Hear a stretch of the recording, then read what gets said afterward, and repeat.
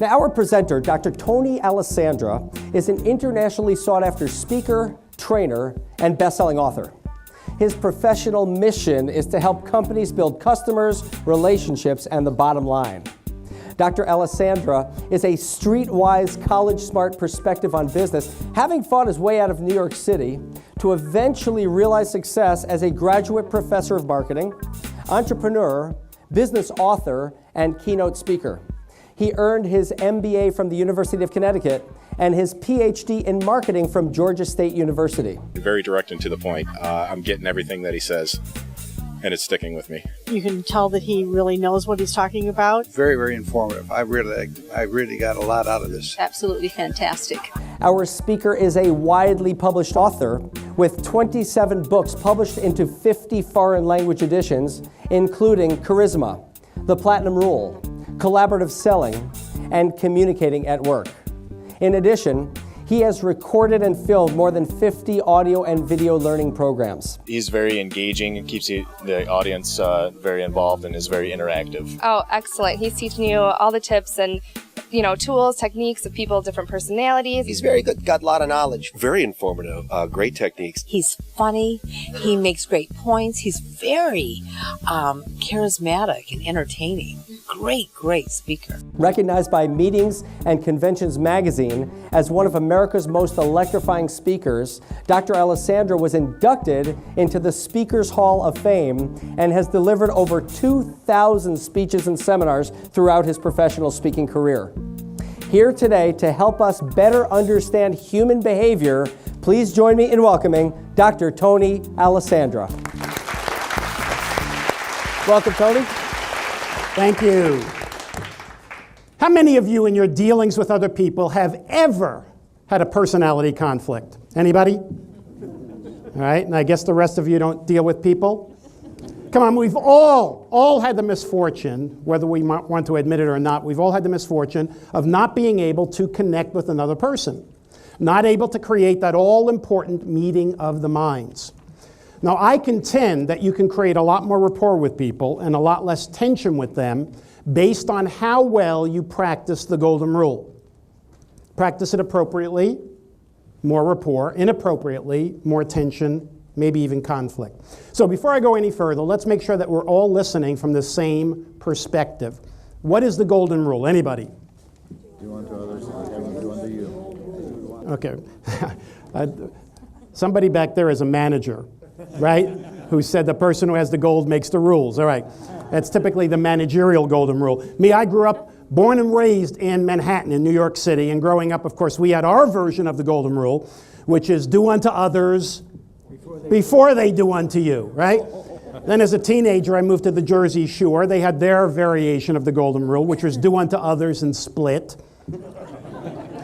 But the real golden rule, several people mentioned that the real golden rule is do unto others as you would have them do unto you. Is that pretty accurate? Treat people the way you want and need to be treated.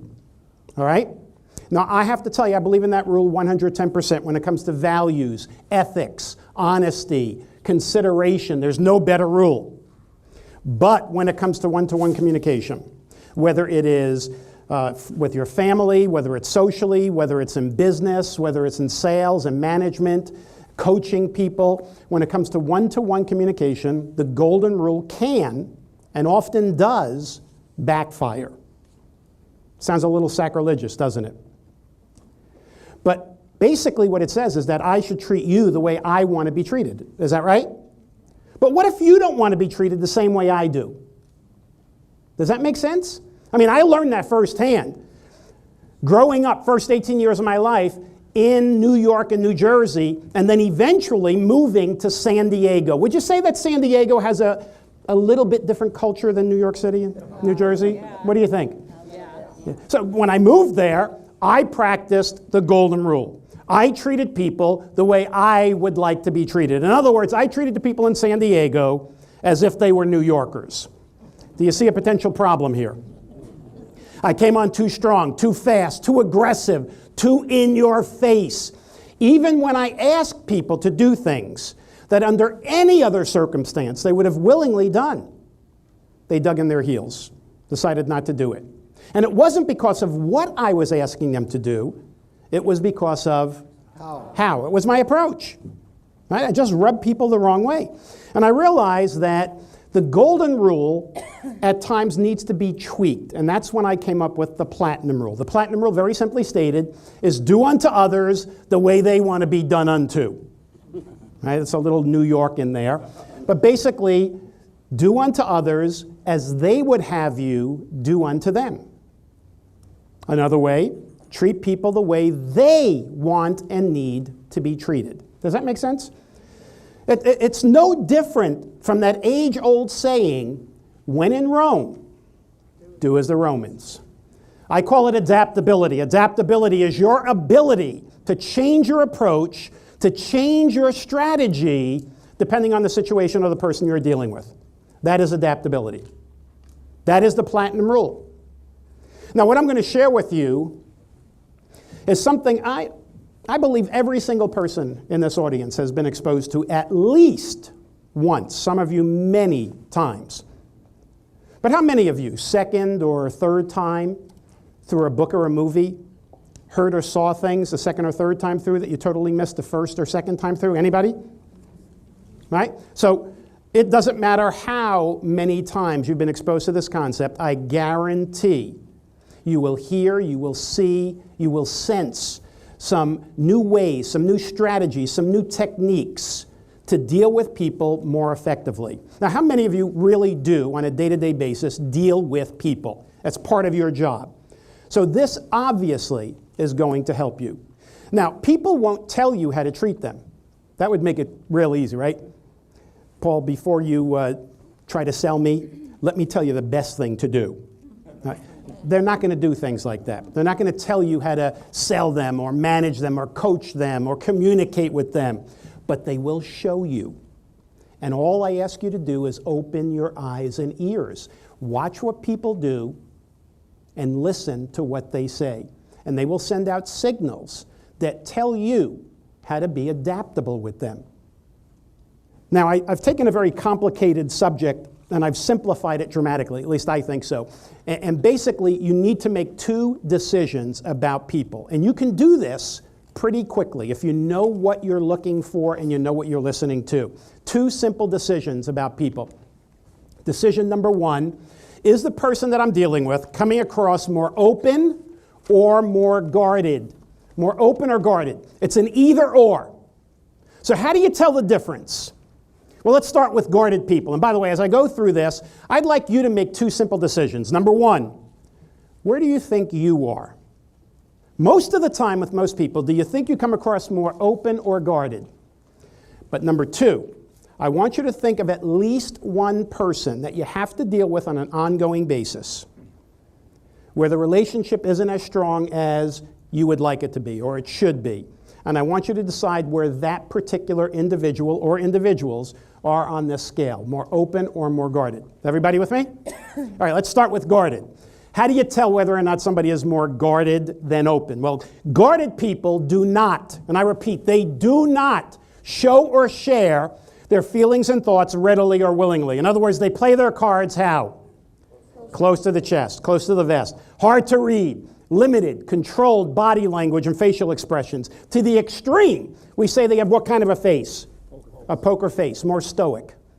These are the type of people that when you get together with them, they do not like much, if any, social talk, chit-chat, schmoozing, whatever you want to call it. What do they want you to do? Get to the point. Right down to business. Listen, I only have 5 minutes. What's this all about? These are the people that make decisions primarily based on facts, logic, numbers, data, documentation, put it in writing. They're no-nonsense people. They tend to keep a distance physically and emotionally, certainly early on in any kind of relationship. It's a little bit more difficult to get to know them. It's a little bit more difficult to get close to them. Now, I have a person who is extremely guarded. I don't know if you know anybody this guarded. My buddy Dennis. This goes back several years. I remember the first time he called my home, and my wife answered the phone. It's the first time she answered the phone for Dennis. When she answered the phone, this is what Dennis said. Tony. That was it. So anyway, I got on the phone. As you can imagine, it was a short phone call. I hung up the phone. My wife said, "Who was that?" I said, "It was Dennis." "Why?" She said, "Tony, this guy has zero social skills. This is what he just yelled out your name, Tony." She said, "I don't even understand how you can have this person as a friend."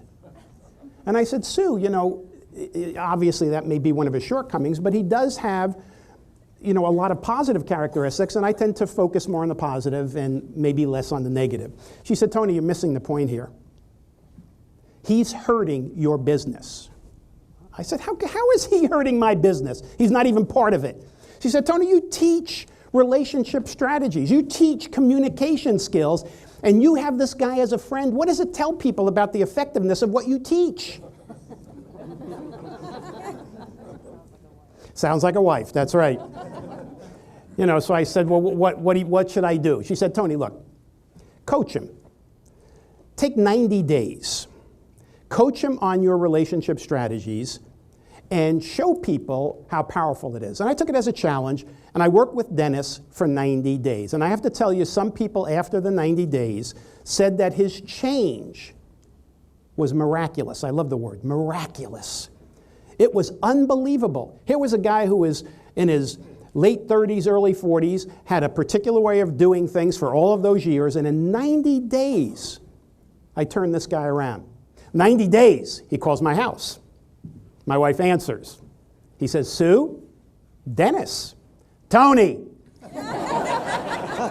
300% improvement." I mean, is that unbelievable? Just 90 days of coaching, what I did with this guy. Well, anyway, that's guarded. How many of you know somebody who kind of fits that description of being guarded? Can I see your hands? All right. Now, how about the other side? Open. Open people readily and willingly show and share their feelings and thoughts, whether you want to know them or not. Any subject, any time, anywhere is okay. These are the people that they get close to you physically, emotionally. When they greet at a closer, maybe shaking hands like this. "How you doing?"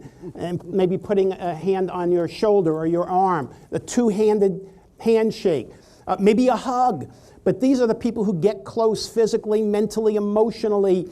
By the way, it's been said that they digress a lot from the conversation. One thing reminds them of another. What was I talking about? And they forget. It's been said about open people that their thoughts are like gumballs. They just fall to the tongue and roll out. Not unusual to leave a conversation with an open person saying to yourself, "Wow, what did we talk about?" Because they're jumping all over the place. They make decisions primarily based on what? Emotion, feeling, intuition. So where do you think you would put yourself on this scale? If you're very guarded, you'd pick the number 1. Very open, you'd pick the number 4. Somewhere in between, you'd pick a 2 or a 3. Just think to yourself. And how many of you are here with somebody who you know or knows you? Can I see your hands? I mean, if you really want to know how you come across to other people, what should you do? Ask them. So let me give you just a few seconds, real quick. Lean over to somebody and say, "Hey, what number would you pick for me?" And see how close their perception of you is to your perception of you. Just a few seconds.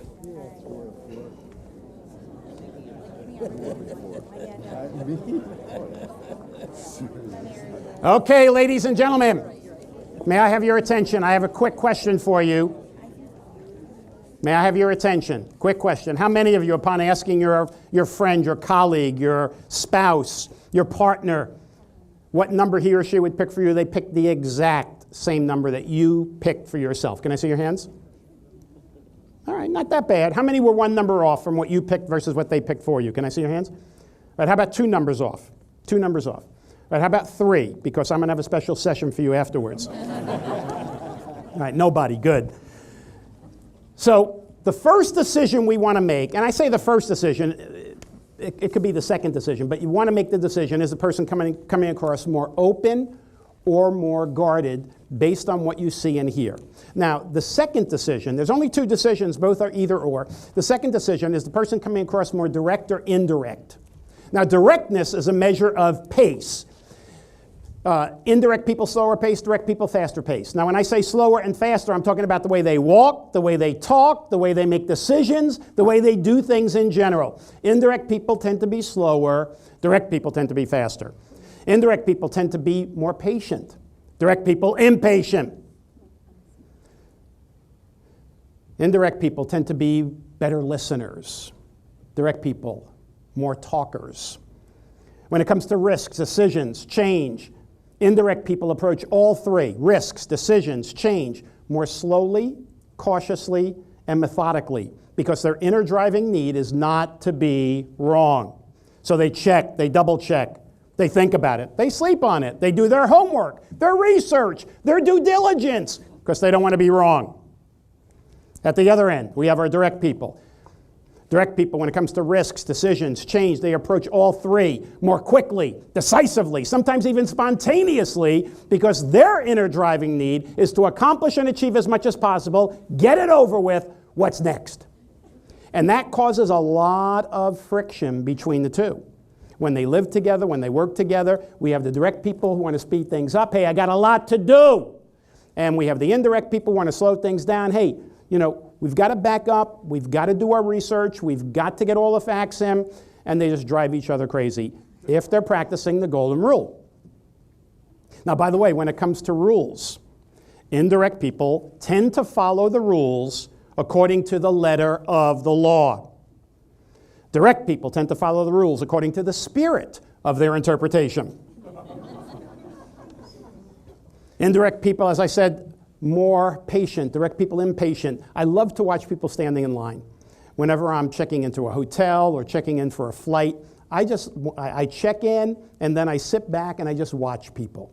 You know, nothing I'm going to do. It took a long time, many years in San Diego to chill from that New York City impatience. But now I sit back, I watch people. And I love to watch people in line. One of the best places is in a bank, especially when there's only one teller window open and a long line, and there's maybe a couple of other tellers at their station, but it says close. Has that ever happened to you? Yeah. Does it frustrate you? It frustrates me, but then again, I'm direct. But it's interesting to watch the indirect person walk to the end of the line. Remember, they have more patience, but nobody likes lines. They walk to the end of the line like this. I can't believe this. You know, I've got 30 minutes for lunch. There's 12 people standing in line. They take 3 minutes a person. I don't get back in time. I can't even do my banking here. Look, there's 2 tellers over there doing nothing, but I guess they know what they're doing. I don't know, but and they're talking to themselves, right? They just grumble to themselves. And don't do a whole bunch. But the direct person, what do? They walk to the end of the line a little faster. I don't believe this. Could you believe that? And then they try to get other people on their side. Do you believe this? Here it is lunchtime. Lunchtime. I got 30 minutes, and there must be 20 people in line here. And one teller. One. I don't believe. Hey, what are you two doing? Open the window. Just a little bit more impatient. Maybe that's a little bit more New York, all right? Just a bit. Just a bit more, yeah. So, where would you put yourself on this scale? If you are an indirect person, you would pick an A. Very direct, you would pick a D. A little bit of both, either a B or a C. So pick your letter. Most of the time with most people, okay? Now, does everybody have a letter and a number for yourself? Okay, so let's put it together. How many of you chose as your number a 1 or a 2 and your letter a C or a D? Can I see your hands, please? A 1 or a 2 combined with a C or a D. You are what we call the D style, the more driving, dominant, director style. And I'll tell you something about yourself in just a second. Just hold on 1 minute. How many of you chose as your number a 3 or a 4 and your letter a C or a D? Can I see your hands, please? Our high I's, we call them, the more socializer, expressive, outgoing person. All right? Party on. How about the number 3 or 4 but the letter A or B. Can I see your hands, please? All right, our steady relators, our more amiable style. Thanks for coming, I appreciate it. Thank you. And finally, how many of you chose as your number 1 or a 2 combined with an A or a B? Can I see your hands, please? Our thinkers, our more conscientious, analytical people, they raise their hands a little slower because all the facts aren't in yet. They're still analyzing this. 4 basic patterns of behavior. You simply tell the difference based on whether they are more open or guarded, more direct or indirect. Obviously, the people who are more guarded but direct would be the D, the dominant style. People who are more direct but open is what we call the high I, the more influential style. The people who are more open but indirect, we call them the high S, the steady, amiable, relator type style. And finally, the people who are more guarded but indirect is our high C, the conscientious, analytical thinker style. So let me tell you a little bit about each one. And obviously, I have to start with the D's because they're what? Impatient. Impatient. That's right. The D's, where are you one more time? Their key desire, results, bottom line, their motto, I want it done right, I want it done now, or better yet, I want it done when? Yesterday. They're in a hurry for everything. Tend to juggle a lot of things at the same time and do them well. They're great administrators, delegators. They work best under pressure, under deadlines, and they play to win. A motto for them, winning isn't everything, it's the only thing. And just remember that. These are the D's. Now let me tell you one other thing about the D's. Of all 4 styles, they are arguably the weakest listeners. Now let me repeat that for them. The D's are the weakest listeners, but there's a reason. They don't have time, and they already know the answer. Why listen? Let me tell you what they do best.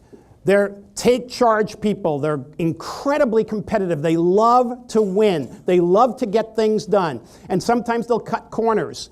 They'll make decisions before all the facts are in because of speed. They're fearless. Right? No obstacle can stand in their way. They'll go over it, under it, around it, sometimes even through it. But if you want somebody who can ensure bottom line results, you give a project to the D. Now, what's hard for them? They don't like repetition. That's why when they find any kind of task as repetitive, they try to delegate it or pawn it off to somebody else. They're not very diplomatic. They tend to be blunt. Some people say they lack tact, but they call it, I call it as I see it, and they don't like a lot of rules and regulations because that ties them in. They love to bend and sometimes even break the rules. Where are my I's? My more influential, socializing, expressive styles. Their key desire, fun, excitement, applause, recognition, visibility. And as a result, they talk a lot about their favorite subject, themselves. Generally speaking, the I's are generally speaking. Because they have the gift of gab, the power of persuasion, the ability to get other people more excited about their ideas than even they are themselves. What do they do best? They are quick thinkers on their feet. That's why you see them in occupations like sales. They're optimistic. They tend to be very inspirational, creative thinkers. They are the type of people that great ideas, but not great at implementing them. They have a lot of projects, a lot of irons in the fire, always coming up with ideas. But if you need somebody who can sell, who can promote, who can influence other people, whether it's an idea, a product, a service, it doesn't matter, give it to the I, the influencer, the socializer, the expressive style. What's hard for them is a formal report or keeping detailed records. Just simply take a look at their checkbook and see how close they are to writing everything down. And they don't like formal reports. When it comes, how many of you are in sales? And you have to do reports. Hey, do you want a report or do you want sales? I can't do both. Pick one or the other. They're easily bored, as I mentioned, and they do not like to redo something once it's already been done. Where are my S's? S's, all right, are steady, relators, amiable style. Their key desire, harmony, safety, security, close one-to-one relationships. They're the true people. Loyal team players. The glue that holds a team or a relationship together. I'll tell you this. Show me a marriage where one of the spouses is an S, and I will show you a long marriage. Not necessarily happy, but long. So, let's talk a little bit about what they do best.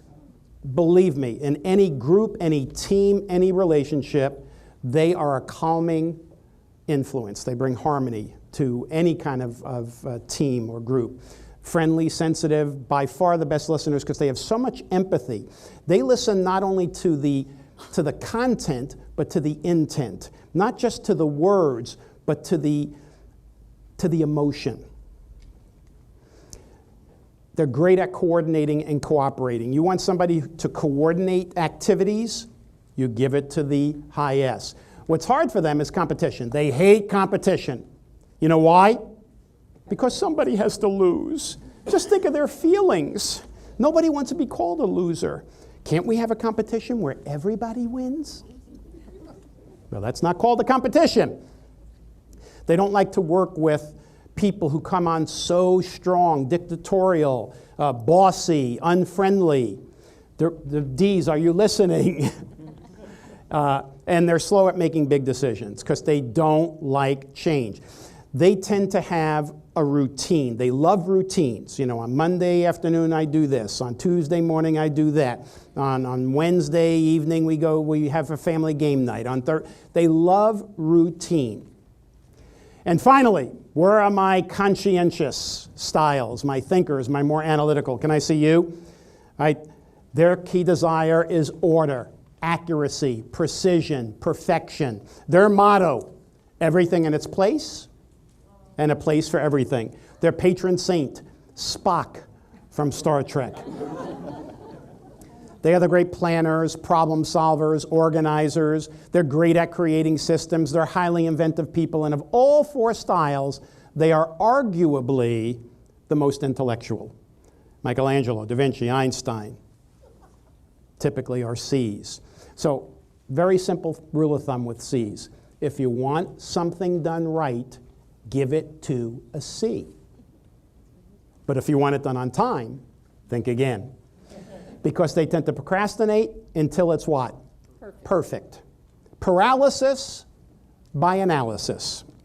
So let's talk a little bit about what they do best. They're very organized people, so if any task or activity requires precision, organization, a particular order, you give it to them. Sometimes, because they plan everything, sometimes they even plan spontaneity if they're going to a party. Well, if somebody says this, what would I do? And what was the punchline of that joke? They even plan to try to be spontaneous. Quick to think, slow to speak. And you will see that in many, many group interactions. At the very beginning, they're taking it all in. They're not saying much. They leave a lot of the verbiage to the D's and the I's. But then once they hear enough and once they're comfortable and once they get a lay of the land, then they start asking questions. Well, before you said this, but last week you said that. And they'll start questioning in terms of they listen for details, for inconsistencies. But if you need somebody who is an incredible planner, give the project to a C, to the conscientious thinker. What's hard for them is they don't like unpredictability, they don't like incomplete anything, they don't like disorganization, they're not very outgoing. I would say of all four styles, the D, I, S, and C, that the C is the quietest, the most private, the least likely to share any kind of personal information. And oftentimes they like to, or at least prefer to work by themselves, because other people do not necessarily have their precision, their accuracy, their organization, so let me just do it on my own. So those are the 4 basic patterns of behavior. Let's talk a little bit about how each style listens. Now I'm going to talk a little bit about listening, because one of the keys in identifying a style is how well you listen. How well you pick up the signals people are sending you, so that you can make that decision. Is the person coming across more guarded or open, more direct or indirect, right?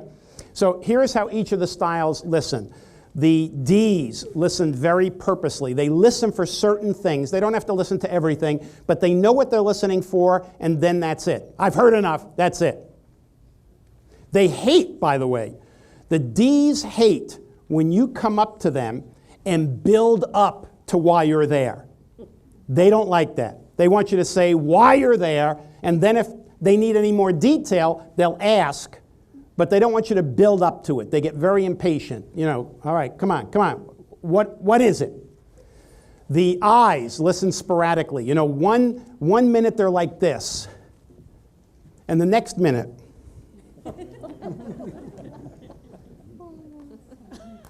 you know, so it's back and forth, back and forth.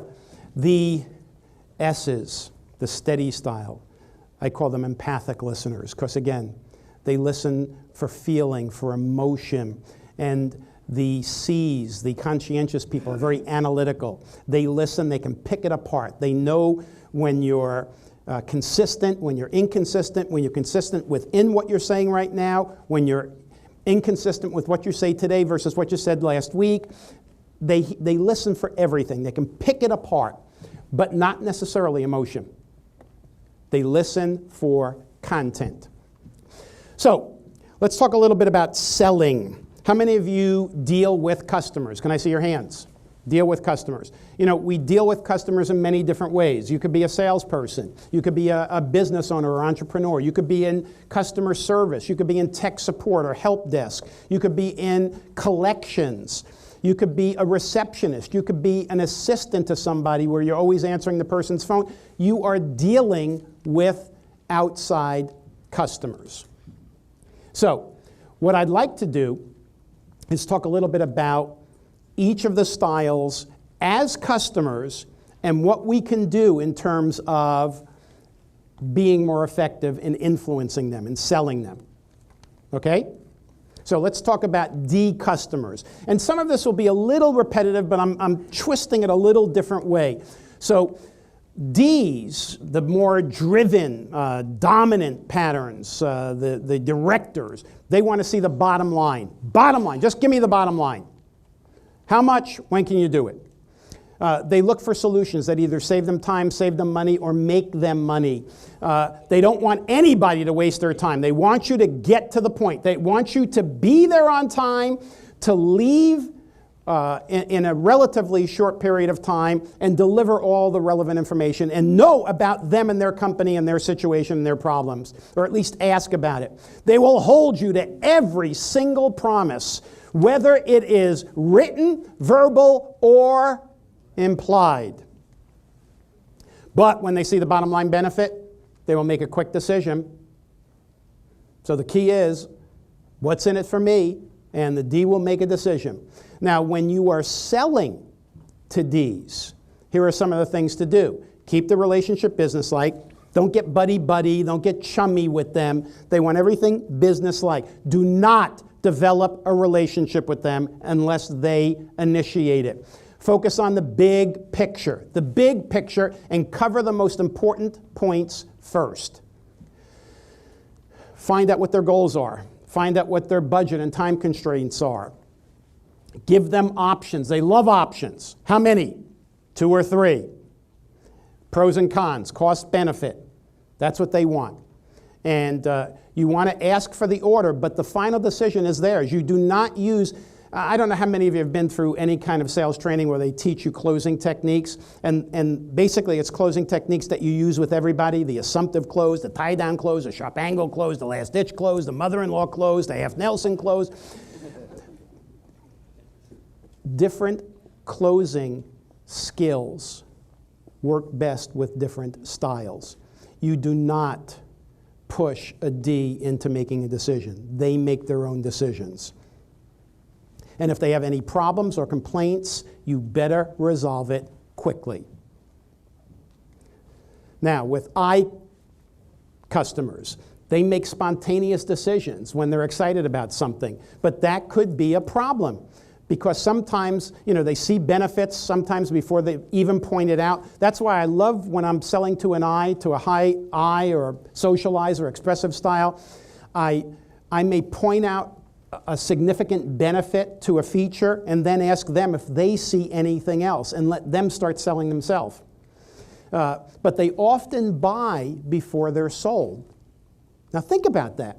When somebody typically buys before they're sold, in other words, spontaneously, what does it typically lead to? Buyer's remorse, which we all do not like. They hate paperwork. They want buying to be simple. So if there's a lot of paperwork, you need to help them fill it out.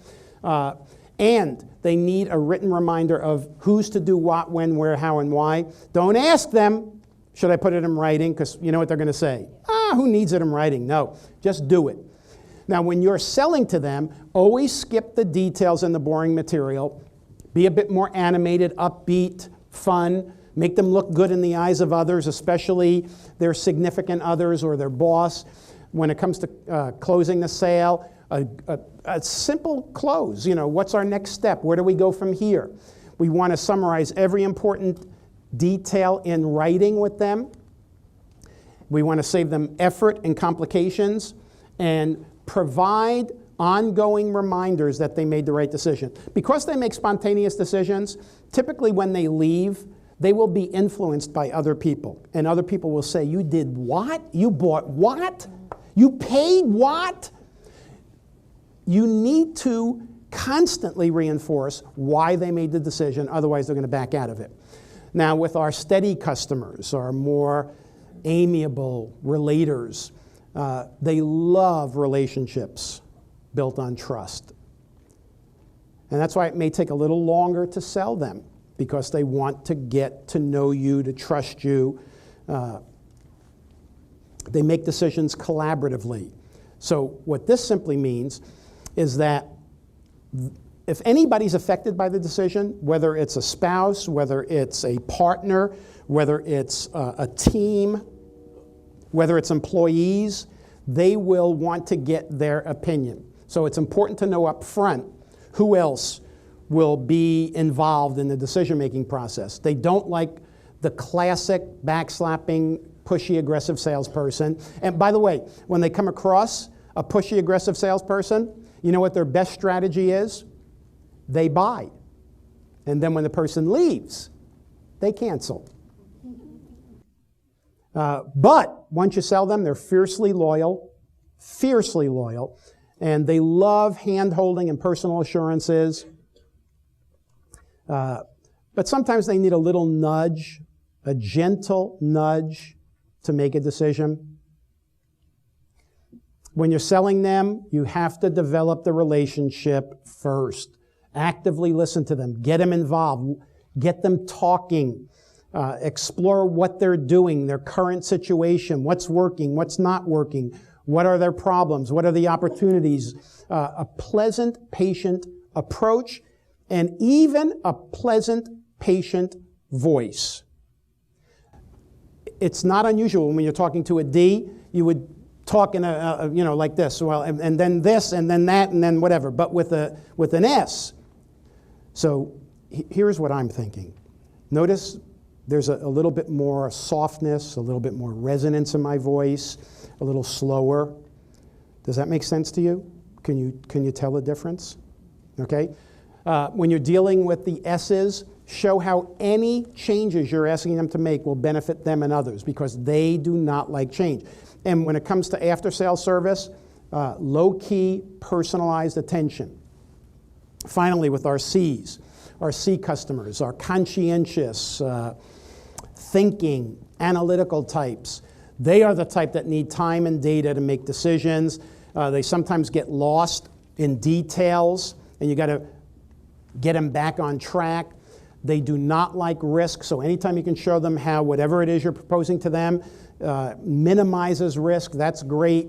They want you to be an expert.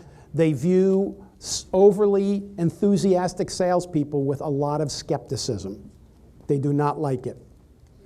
But when you're selling to them, you want to avoid a lot of upfront schmoozing and social talk. You want to proceed to the task in a slow and steady pace. You want to provide logical options with pros and cons. Now with the D's, I said 2 to 3 options. With the C's, how many options? All of them. How much data? All of it, as much as you have. You better know your competition and better know how you stack up against your competition, both pros and cons, advantages and disadvantages, just in case it comes up. Provide written guarantees. They don't want verbal, written guarantees, written proof that what you're saying is in fact accurate, and give them time and space to think. You know that old saying, let me sleep on it, let me think about it? They mean it. But one of the best approaches with a C is a pilot program where they can test it out, get a feel for it. And when it comes to after-sales service, always try to seek specific feedback about your performance, your company's performance, the product performance. Very important that they give you this feedback. And they will. They absolutely will. So let's talk a little bit about adaptability in general. Adaptability in general. This is a very simple yet powerful idea. With the 2 styles at the top, which is the C and the D. Focus on the task. Don't really worry about the relationship unless they initiate it, but you get right to the task at hand with them. With the 2 styles at the bottom, the S and the I, we develop the relationship, we talk, we chat, we schmooze, and then we move into the task at hand. Does that make sense? Yep. All right. Now, the 2 styles to the left, which would be the C and the S, we want to slow down our pace. And with the 2 styles to the right, the D's and the I's, we want to go a little bit quicker. I remember when I was selling cookware, we had a 3-ring binder presentation. It was the same exact presentation we gave to everybody. And so we had this 3-ring binder. All the pages, the presentation were laminated pages. And this was basically the Jersey Shore that I was selling at. And so when I was, every so often, when I would turn the page, when I finished talking about the right page and I would turn it, somebody would say, wait, could you go back and they would do that 2 or 3 times. And I should have gotten the hint that I should have done what? Slowed down. But I didn't get the hint.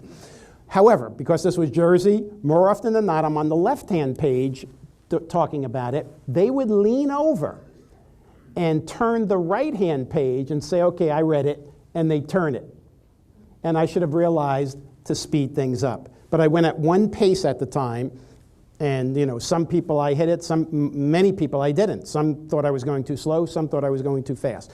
But this is what we're talking about. Slow down, speed up, focus on the task initially or the relationship initially. All right, so let's talk a little bit about managing and adaptability for you. So watch what we're going to do here.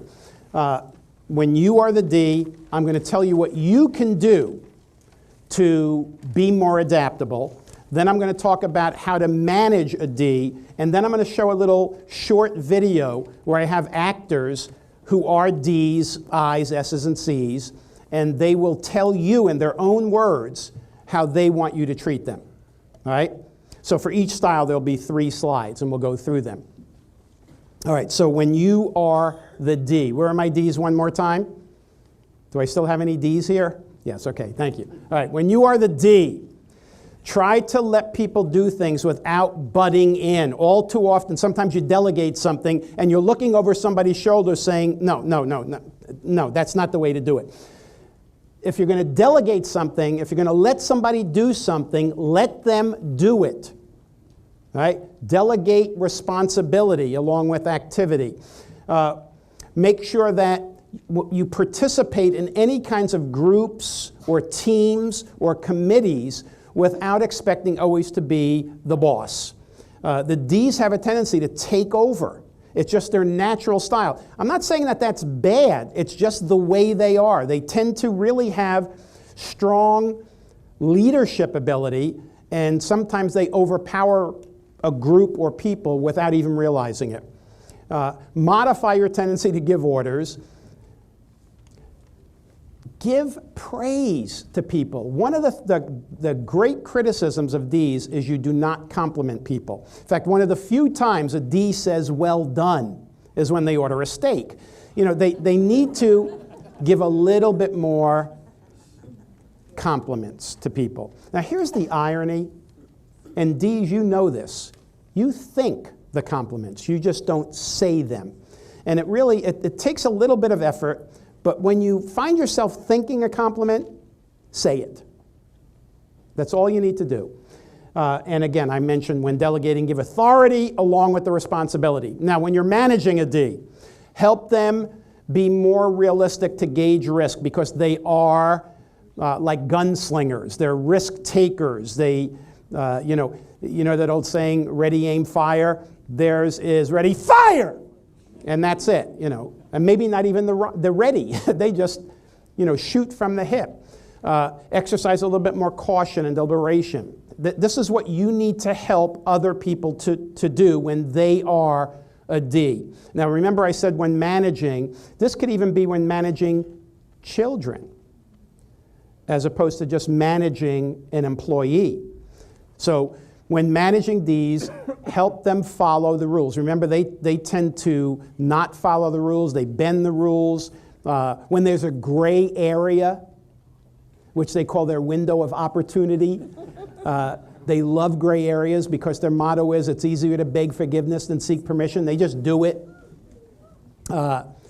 Try to get other people involved. Sometimes they have a tendency, the Ds, to be unilateral, to make decisions without telling people about it. So you help them be more upfront with people about why or how they're making decisions that they're making, as opposed to simply being dictatorial about it. So let's watch a couple of Ds tell us in their own words how they like to be managed, all right? I like to deal with people who are efficient and well organized. Don't waste my time with personal stories or small talk. Get to the point quickly and keep our relationship businesslike. If you want to convince me of something, give me options with brief supporting analysis, all on one page if possible. And if you disagree with me, use fact, not personal feelings to persuade me. I am very competitive and concerned with being number one, so show me how to get ahead. Show me opportunities. Show me how I can get the best results. I get bored quickly, so vary your routine. Or better yet, give me a new challenge. I like to be in charge, though, so allow me to take the lead, or just stay out of my way. Whoa, okay. I'll stay out of the way. All right, now, when you are the I, where's my eyes? One more time, my eyes. When you are the I, here's how you personally can be more adaptable. And again, if somebody close to you is an I, this is what you can do to tell them to be more adaptable with people. Improve your follow-through, all right? Write things down and work from a list.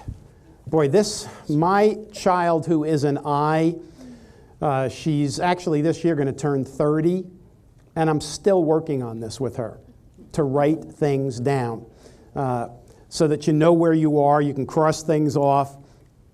I don't know. Yeah, she always tries to keep it in her head and forgets things. Prioritize activities and focus on the tasks that are of most critical importance. All right? Sometimes they just like to cross things. If they even keep a list, they just like to cross things off that are easy. Oh, I did 6 things today. Yeah, well, they were all low priority things. Get to the less appealing tasks of the day early in the day. Get them over with so that the more appealing things are later. And pay attention to time management, because they're not real good with time. All right? Now, when you're managing I's, here's what you try to help them learn to do better, to prioritize, to organize, to see tasks through to completion. Earlier I was describing the D's, and I say the D's like to pick 3 things up and juggle them and do them well. But what an I does is they pick a whole bunch of things up at once, throw them in the air, and then yell out, "Catch!" You know, they oftentimes, when they get overwhelmed or stressed because they have too much to do, or they've bitten off more than they can chew, or they know they're not going to meet a deadline, they try to get other people to help them with it. They try to pawn it off on somebody else. Write things down. Focus on what's important right now. Avoid procrastination or hoping that other people are going to do things for you. So let's... I am definitely a people person. I like being around people who are upbeat and stimulating. So show me you appreciate my opinions, ideas, my dreams. Yes, the way to my heart is to show me that you love me. I mean, let's face it, my favorite subject is me. I tend to get bogged down by details, so if you want to convince me of something, focus on the big picture. Spare me the details. Show me how it will enhance my image, my visibility. I love innovation and change, so by all means, avoid getting me involved in repetitive or routine tasks. Boring. Although, there is one tiny thing to remember. I might need help staying organized. Darling, you are so good. I know. I mean, thanks. All right. When you are the S, where are my S's here? All right. Are more steady, amiable relators. Take on a little bit more or different duties. You know, sometimes the S's get in a rut of doing repetitive things because it's comfortable. They don't like change. So stretch a little bit beyond your comfort zone. Try to do things a little bit faster. One of the issues with S's, see, earlier I mentioned that the C's suffer from procrastination, paralysis by analysis. But believe it or not, the S's procrastinate too. But here's the difference, and this really, I think, is an eye-opener. You see, the C's procrastinate getting finished. The S's procrastinate getting started. And that tells you where to put the little nudge. With the S's at the beginning, to get them started. Once you get them started, there's nothing to worry about. And with the C's, got to put a little nudge at the end to get them finished. One of the issues with S's is that their feelings get hurt very easily. They really do. They're very sensitive. And you know, sometimes you got to tell them to build a little bit more of an armor around them. I mentioned that my wife is an S, and early in our marriage, I don't know what it was, all I said was this: "Sue!" And tears started coming down. And I realized that that's as far as I can go as a D. I've just learned to really tone it down.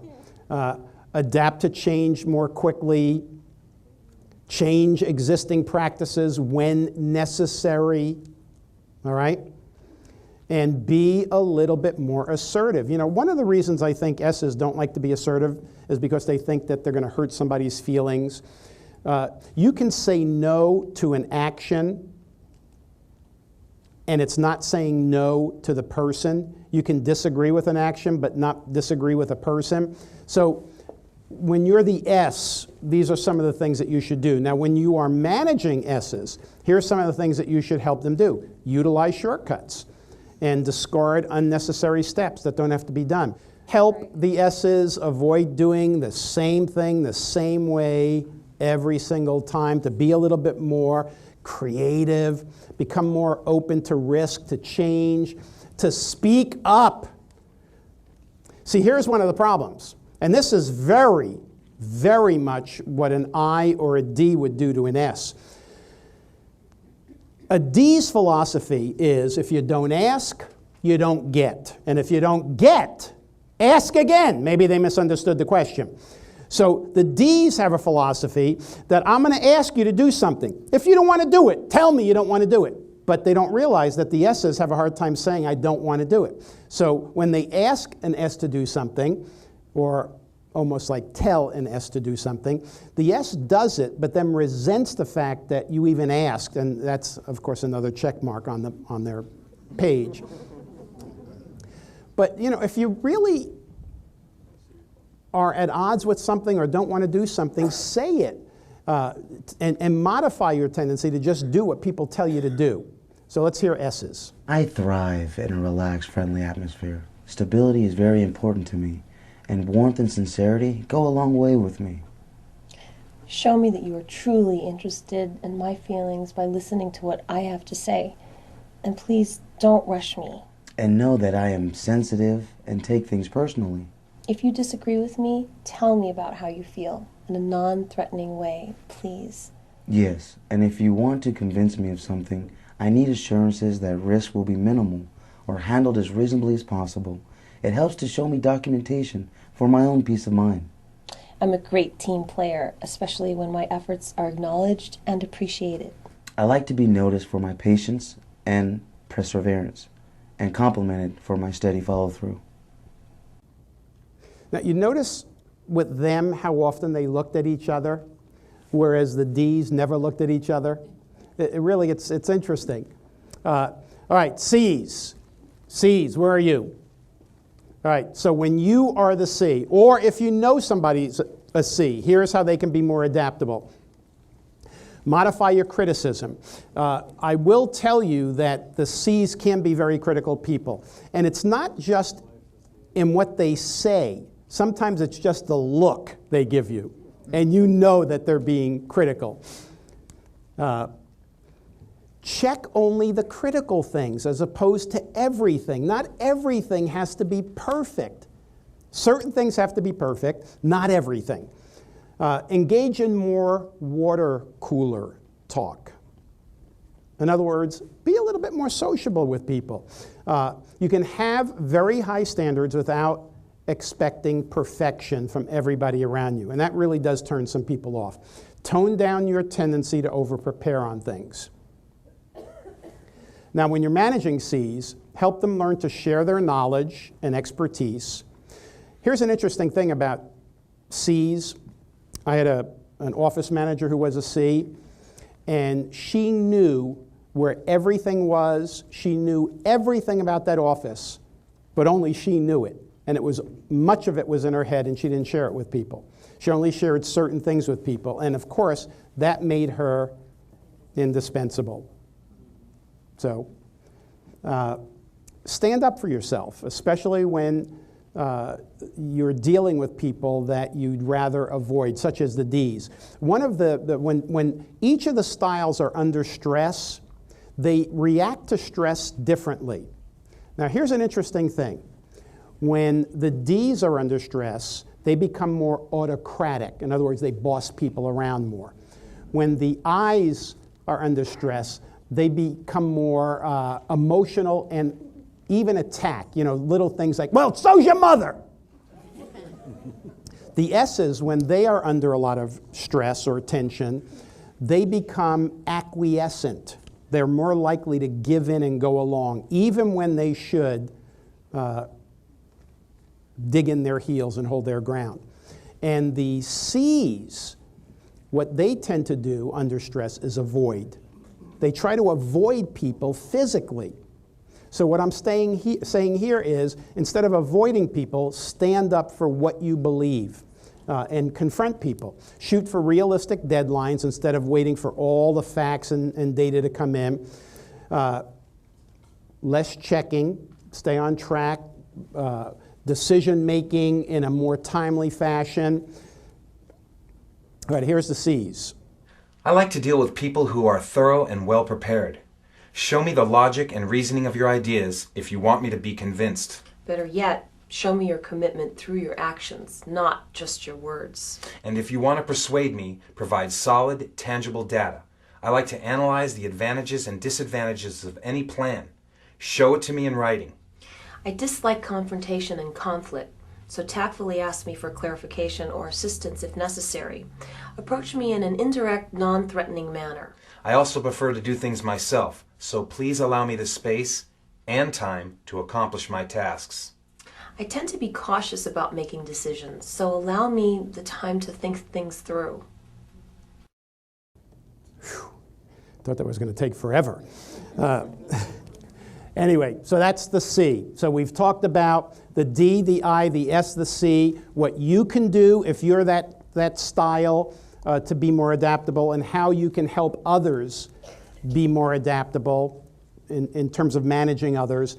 And then we heard from each of the styles. I wish I knew this concept. I don't know, how many of you have been exposed to a concept like this? I said most of you have at least once. But I wish they taught this in school.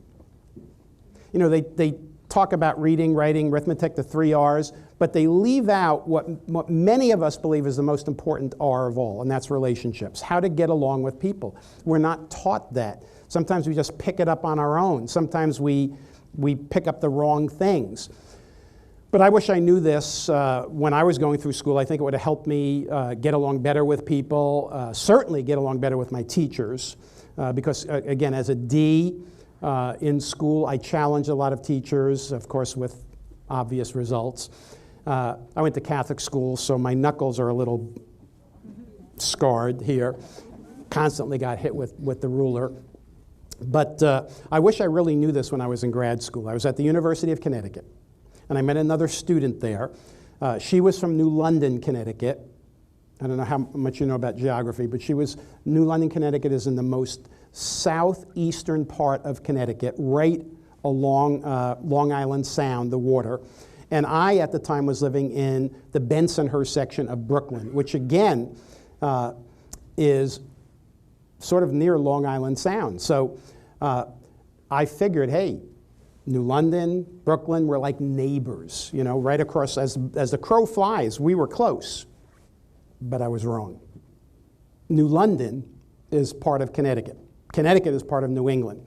And New England has a very different regional culture than New York City and Brooklyn. Would you agree? Yes. Very different. In fact, although Connecticut touches New York, it doesn't want to.